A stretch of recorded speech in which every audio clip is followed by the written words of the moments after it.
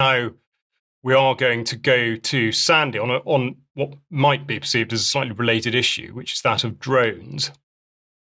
Yes, it certainly is related, and also with facial recognition and GDPR and everything else that goes with all the stuff you've been talking about. Because PricewaterhouseCoopers have published their 3.0 Skies Without Limits. They had a 2.0 in 2023, and this paints a picture of drones that are ready to transform the UK economy. PricewaterhouseCoopers are aiming to have 900,000 of these skies by 2030. I think they're behind, to be honest, with their predictions, but nevertheless, that's their intention, and it's paving the way for unprecedented surveillance along with it. So it's powered by advanced AI, and it's quietly eroding our privacy protections. The Civil Aviation Authority are making provision for this, for drone flight up to about 500 feet. I think it's 400 to 500 feet. And Amazon have now got contracts to do their deliveries with drones. So that's going to knock out a whole load of delivery drivers and jobs in the UK. And they say that this is going to promote jobs. I can't see it somehow. PricewaterhouseCoopers' latest study shows major breakthroughs. Drones are now flying beyond visual line of sight for many monitoring purposes. Agricultural drones are spraying crops and mapping farmland and promoting agritech. And they're being used in surveying and all sorts of things, which I think there's a valid use for drones. I'm not saying there isn't, but the issue is it's the quantity of them, and that they will be surveilling us at the same time. So, for industry, it may be progress, but for the people, it could be a big red flag.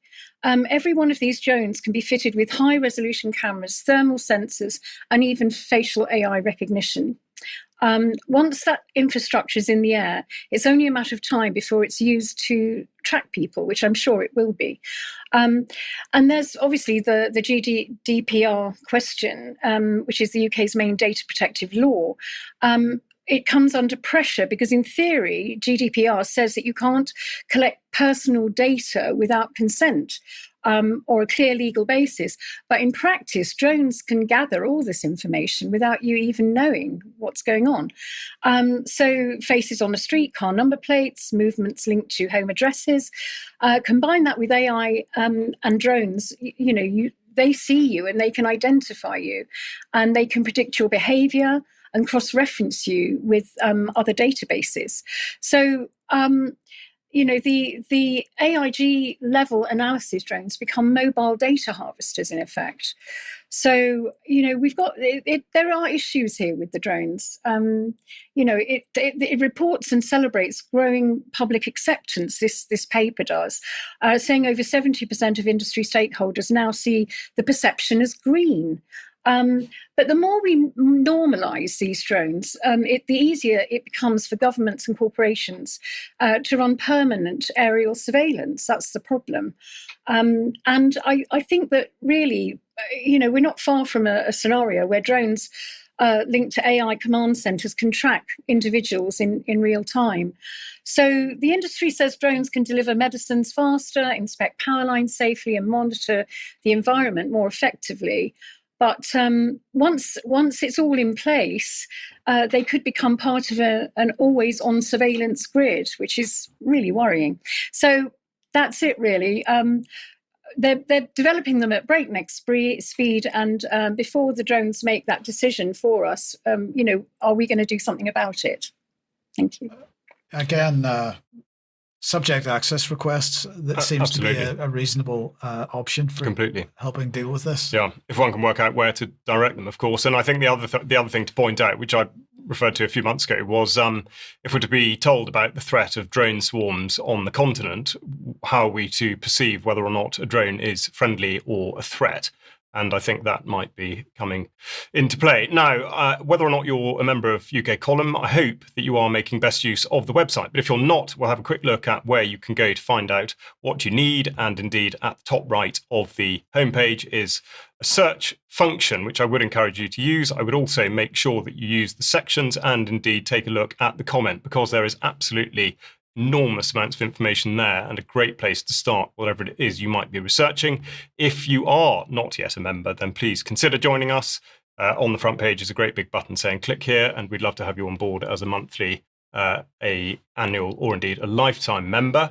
Now, in terms of what's going out in the near future, we've got Germ talking to Carl Czar, who you will be familiar with. That's on at 7 o'clock this evening. And then Sandy, just a quick bit on Peter Taylor, who you've just recorded an interview with. Yes, Peter Taylor was he was a UN environmental scientist, and he realised whilst he was working for many years, he was in the ecology movement. He realised that there was a different agenda coming in, and he realised that climate change was an issue. And he wrote a book called Chill, and he was vilified for it. So it's his story really of what happened after he wrote the book Chill. Super. Thank you very much. And that's going out at 1 o'clock tomorrow on the UK Column website. Now, coming up, we've got the Hope Freedom Festival, which UK Column will be at. So please make sure you get tickets there and use the discount code UKC20. And then Patrick, very briefly on the Rebel tent this year.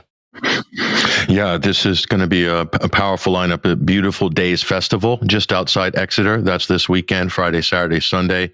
And Craig Murray, David Miller, myself, moderating some of the panels, Matt Kennard, Loki, Chris Williamson, Asa Winstanley, and of course, Jackie Walker, and Zara Sultana from the new political party with Jeremy Corbyn. So this is going to be amazing. Rebel tent this year at Beautiful Days. So if anybody's going to be at the festival, of which there'll be many, come up on the top of the hill and check us out. And if there's any tickets left, just get in touch with their website and see if there's any availability, but should be pretty powerful.